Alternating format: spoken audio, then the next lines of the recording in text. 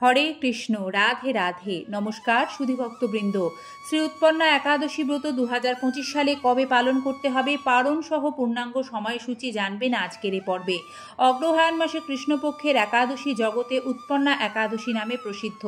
কে এই উৎপন্না একাদশী, কিভাবে সৃষ্টি হলো এই একাদশীর, এছাড়াও অগ্রহায়ণ মাসে একাদশীর খাদ্যের কি কি বিধিনিষেধ থাকে, সবটাই এই পর্বে আমরা আপনাদের জানাবো। উৎপন্না একাদশী ব্রত ইংরাজির 15ই নভেম্বর শনিবার 2025 পালন করা হবে, তবে বাংলায় এটি পড়ছে 28শে কার্তিক 1432 বঙ্গাব্দ। একাদশী তিথি শুরু হবে বাংলা 27শে কার্তিক ভোর রাত 3:45 থেকে। একাদশী তিথি সমাপ্ত হবে 28শে কার্তিক ভোর রাত 4:22। যদিও এটি তিথির বিচারে কার্তিক মাসে পড়ছে, তাহলেও কিন্তু উৎপন্না একাদশী ব্রত অগ্রহায়ণ মাসের কৃষ্ণপক্ষের একাদশী। শ্রবণ করুন শ্রী উৎপন্না একাদশী ব্রত মাহাত্ম্য কথা। ওম নমো ভগবতে বাসুদেবায়। অর্জুন বললেন, হে দেব, অগ্রহায়ণের পুণ্যপ্রদায়ী কৃষ্ণপক্ষের একাদশীকে কেন উৎপন্না বলা হয় এবং কি জন্যই বা এই একাদশী পরম পবিত্র ও দেবতাদেরও প্রিয় তা জানতে ইচ্ছা করি। আপনি কৃপা করে আমাকে তা বলুন। শ্রী ভগবান বললেন, হে পৃথাপুত্র, পূর্বে সত্যযুগে মূঢ় নামে এক দানব ছিল। অদ্ভুত আকৃতি বিশিষ্ট সেই দানবের স্বভাব ছিল অত্যন্ত কোপন। সে দেবতাদেরও ভীতিপ্রদ ছিল। যুদ্ধে দেবতাদের, এমনকি স্বর্গরাজ ইন্দ্রকে পর্যন্ত পরাজিত করে স্বর্গ থেকে বিতাড়িত করেছিল। এইভাবে দেবতারা পৃথিবীতে বিচরণ করতে বাধ্য হয়েছিল। তখন দেবতারা মহাদেবের কাছে গিয়ে নিজেদের সমস্ত দুঃখ সবিস্তারে জানালেন। শুনে মহাদেব বললেন, হে দেবরাজ, যেখানে শরণাগত বৎসল জগন্নাথ গরুড়ধ্বজ বিরাজ করছেন, তোমরা সেখানেই যাও। তিনি আশ্রিতদের পরিত্রাণকারী, তিনি নিশ্চয়ই তোমাদের মঙ্গল বিধান করবেন। দেবাদিদেবের কথা মতো দেবরাজ ইন্দ্র দেবতাদের নিয়ে ক্ষীর সমুদ্রের তীরে গমন করলেন। জলে শায়িত শ্রী বিষ্ণুকে দর্শন করে দেবতারা হাত জোর করে তাঁর স্তব করতে লাগলেন। স্তুতির মাধ্যমে নিজ নিজ দৈন্য ও দুঃখের কথা তারা ভগবানকে জানালেন। ইন্দ্রের কথা শুনে ভগবান নারায়ণ বললেন, হে ইন্দ্র, সেই মূঢ় দানব কিরকম, সে কেমন শক্তিশালী তা আমায় বলো। ইন্দ্র বললেন, হে ভগবান, প্রাচীনকালে ব্রহ্মবংশে তাল জঙ্ঘা নামে এক অতি পরাক্রমী অসুর ছিল। তারই পুত্র সেই মূঢ় অত্যন্ত বলশালী, ভীষণ উৎকট ও দেবতাদেরও ভয় উৎপাদনকারী। সে চন্দ্রাবতী নামে এক পুরীতে বাস করে। স্বর্গ থেকে আমাদের বিতাড়িত করে তার স্বজাতি কাউকে রাজা, কাউকে অন্যান্য দিকপাল রূপে প্রতিষ্ঠিত করে এখন সে দেবলোক সম্পূর্ণ অধিকার করেছে। তার প্রবল প্রতাপে আজ আমরা পৃথিবীতে বিচরণ করছি। দেবরাজ ইন্দ্রের কথা শুনে ভগবান দেবদ্রোহীদের প্রতি অত্যন্ত ক্রোধান্বিত হলেন। তিনি দেবতাদের সঙ্গে চন্দ্রাবতী পুরীতে গেলেন। সেই দৈত্যরাজ শ্রী নারায়ণকে দর্শন করে পুনঃ পুনঃ গর্জন করতে লাগলো। দেবতা ও অসুরের মধ্যে তুমুল যুদ্ধ শুরু হয়ে গেল। যুদ্ধে দেবতারা পরাজিত হয়ে এদিক ওদিক পালিয়ে গেল। তখন যুদ্ধক্ষেত্রে শ্রী নারায়ণকে একা দেখে সেই দানব তাকে দাঁড়াও দাঁড়াও বলতে লাগলো। শ্রী ভগবানও ক্রোধে গর্জন করে বললেন, রে দুরাচার দানব, আমার বাহুবল দেখ। এই বলে অসুরপক্ষীয় সমস্ত যোদ্ধাদের দিব্য বাণের আঘাতে নিহত করতে লাগলেন। তখন তারা প্রাণ ভয়ে নানা দিকে পালাতে লাগলো। সেই সময় নারায়ণ দৈত্য সৈন্যদের মধ্যে সুদর্শন চক্র নিক্ষেপ করলেন। ফলে সমস্ত সৈন্য ধ্বংসপ্রাপ্ত হলো। একমাত্র মূঢ় অসুরই জীবিত ছিল। সে অস্ত্রযুদ্ধে নারায়ণকেও পরাজিত করল। তখন নারায়ণ দৈত্যের সাথে বাহু যুদ্ধে লিপ্ত হলেন। এইভাবে দেবতাদের হিসাবে 1000 বছর যুদ্ধ করেও ভগবান তাকে পরাজিত করতে পারলেন না। তখন শ্রীহরি বিশেষ চিন্তান্বিত হয়ে বদ্রিকা আশ্রমে গমন করলেন। সেখানে সিংহাবতী নামে একটি গুহা আছে। এই গুহাটি 1 দ্বার বিশিষ্ট এবং 12 যোজন অর্থাৎ 86 মাইল বিস্তৃত।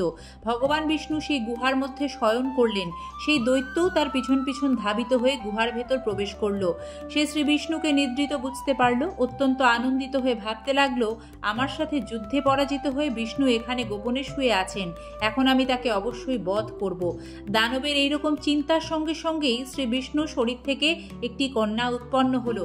এই কন্যাই উৎপন্না একাদশী। তিনি রূপবতী, সৌভাগ্যশালিনী, দিব্য অস্ত্রশস্ত্র ধারিণী ও বিষ্ণু তেজ সম্ভূতা বলে মহাপরাক্রমশালী ছিলেন। দৈত্যরাজ সেই স্ত্রীরূপিণী দেবীর সাথে তুমুল যুদ্ধ শুরু করলো। কিছুকাল যুদ্ধের পরে দেবীর দিব্য তেজে অসুর ভস্মীভূত হয়ে গেল। তারপর ভগবান বিষ্ণু জেগে উঠে সেই ভস্মীভূত দানবকে দেখে বিস্মিত হলেন। এক দিব্য কন্যাকে তার পাশে হাত জোর করে দাঁড়িয়ে থাকতে দেখলেন। শ্রী বিষ্ণু বললেন, হে মহাপরাক্রান্ত উগ্রমূর্তি, এই মূর দানবকে কে বধ করল? যিনি একে হত্যা করেছে তিনি নিশ্চয়ই প্রশংসনীয় কর্ম করেছে। সেই কন্যা বললেন, হে প্রভু, আমি আপনার শরীর থেকে উৎপন্ন হয়েছি। আপনি যখন ঘুমিয়েছিলেন তখন এই দানব আপনাকে বধ করতে চেয়েছিল, তা দেখে আমি তাকে বধ করেছি। আপনাদের কৃপাতেই আমি তাকে বধ করতে পেরেছি। এ কথা শুনে ভগবান বললেন, আমার পরাশক্তি, তুমি একাদশীতে উৎপন্ন হয়েছ, তাই তোমার নাম হবে একাদশী। আমি এই ত্রিলোকে দেবতা ও ঋষিদের অনেক বর প্রদান করেছি। হে ভদ্রে, তুমিও তোমার মন মতো বর প্রার্থনা করো, আমি তোমাকে তা প্রদান করব। একাদশী দেবী বললেন, হে দেবেশ, ত্রিভুবনের সর্বত্র আপনার কৃপায় সর্ববিঘ্ন বিনাশিনী ও সর্বদায়িনী রূপে যেন পরম পূজ্য হতে পারি, এই বিধান করুন। আপনার প্রতি ভক্তিবশত যারা শ্রদ্ধা সহকারে আমার ব্রত উপবাস করবে তাদের সর্বসিদ্ধি লাভ হবে, এই বর প্রদান করুন। শ্রী বিষ্ণু বললেন, হে কল্যাণী, তাই হোক। উৎপন্না নামে প্রসিদ্ধ তোমার ব্রত পালনকারীর সমস্ত ইচ্ছা পূর্ণ হবে। তুমি তাদের সকল মনোবাসনা পূর্ণ করবে, এতে কোনো সন্দেহ নেই।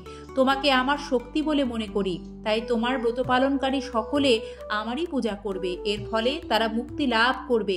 তুমি হরিপ্রিয়া নামে জগতে বিখ্যাত হবে। তুমি ব্রত পালনকারী শত্রু বিনাশ, পরম গতি দান এবং সর্বসিদ্ধি প্রদান করতে সমর্থ হবে। ভগবান বিষ্ণু এইভাবে উৎপন্না একাদশীকে বর দান করে অন্তর্হিত হলেন। সমস্ত ব্রতকারী দিবারাত্রি ভক্তিপরায়ণ হয়ে এই উৎপন্না একাদশীর উৎপত্তির কথা শ্রবণ কীর্তন করলে শ্রীহরির আশীর্বাদ লাভে ধন্য হবেন। এবারে আমরা একে একে এই একাদশী পালনের নিয়মাবলী ও কি কি খেতে পারবেন ও পারবেন না সেই বিষয়গুলি সম্পর্কে আপনাদের জানাচ্ছি। একাদশীতে মূলত 5 প্রকার রবি শস্য গ্রহণের নিষেধ থাকে। এর অন্তর্গত ধান, গম, যব বা ভুট্টা জাতীয়, ডাল জাতীয় সকল প্রকার খাবার, তেলের মধ্যে সরষার তেল, সয়াবিন তেল, তিল তেল একাদশী দিনে নিষিদ্ধ। একাদশীর দিন বেগুন, বাঁধাকপি, শিম, মটরশুঁটি, বরবটি, ছোলা এগুলোও কিন্তু খাওয়া যায় না। অনেকে প্রশ্ন করেন, একাদশী দিনে কি শ্যামা চাল বা কাউনের চাল খাওয়া যায়? এ প্রশ্নের উত্তর, খাওয়া যায় না, কারণ এই দুটি কিন্তু ধান জাতীয় উদ্ভিদের অন্তর্গত। তাহলে একাদশীর দিন আপনারা কি কি খেতে পারবেন? বন্ধুরা, শাস্ত্রমতে একাদশীর দিন অনুকল্প কৃষ্ণ প্রসাদ গ্রহণ করে একাদশী পালনের সুবন্দোবস্ত ও বিধান রয়েছে। এর অন্তর্গত গোল আলু, মিষ্টি আলু, চাল কুমড়ো, পেঁপে, ফুলকপি ইত্যাদি সবজি ঘি অথবা বাদাম তেলে রান্না করে ভগবানকে উৎসর্গ করে আহার করতে পারেন। অন্যান্য আহার্য, দুধ, বিভিন্ন ফল, পানি ফলের আটার তৈরি পুরি অনেকে খেয়ে থাকেন। শুদ্ধ সাবুদানা ব্যবহার করতে পারেন। বিভিন্ন ধরনের বাদাম, শরবত ইত্যাদি আপনারা গ্রহণ করতে পারেন। তবে যাই খাবেন না কেন, ভগবানকে ভোগ নিবেদন করে অনুকল্প প্রসাদ হিসেবেই কিন্তু গ্রহণ করার বিধান। একাদশীর পারণ না করলে ব্রত অসম্পূর্ণ থাকে। পারণ হলো একাদশীর পরদিন নির্দিষ্ট সময়ের মধ্যে ভগবানকে পঞ্চরবি শস্য ভোগ নিবেদন করে একাদশীর ফল ভগবানের সম্মুখে অর্পণ করতে হয়। পারণ মন্ত্র 3 বার উচ্চারণ করবেন, যা হলো অজ্ঞান তিমিরান্ধস্য ব্রতে না নেন কেশব প্রসীদ সুমুখ নাথ জ্ঞান দৃষ্টি প্রদো ভব।